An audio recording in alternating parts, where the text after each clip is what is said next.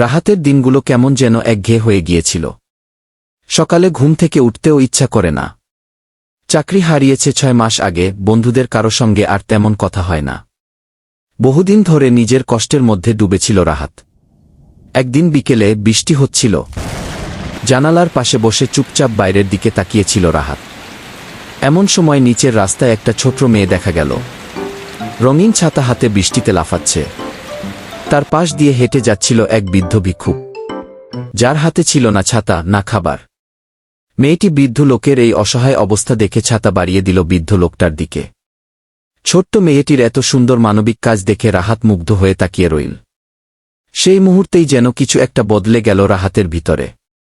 হ্যাঁ, তাই তো, আমি কোনো দুনিয়ার মোহে কোনো চিন্তায় আবদ্ধ হয়ে ডুবে আছি। সে চিন্তা করল, আমি যদি গরিব হয়ে থাকি তবে কেউ না কেউ অনেক ঋণে জর্জরিত। হ্যাঁ, আমার যদি যাতায়াত করার জন্য ভাড়া দেওয়ার মতো টাকা না থাকে, এমনও লোক আছে যাদের 2টা পা নাই। হ্যাঁ, তাই তো আল্লাহ আমাকে সুস্থতার নেয়ামত দান করেছেন।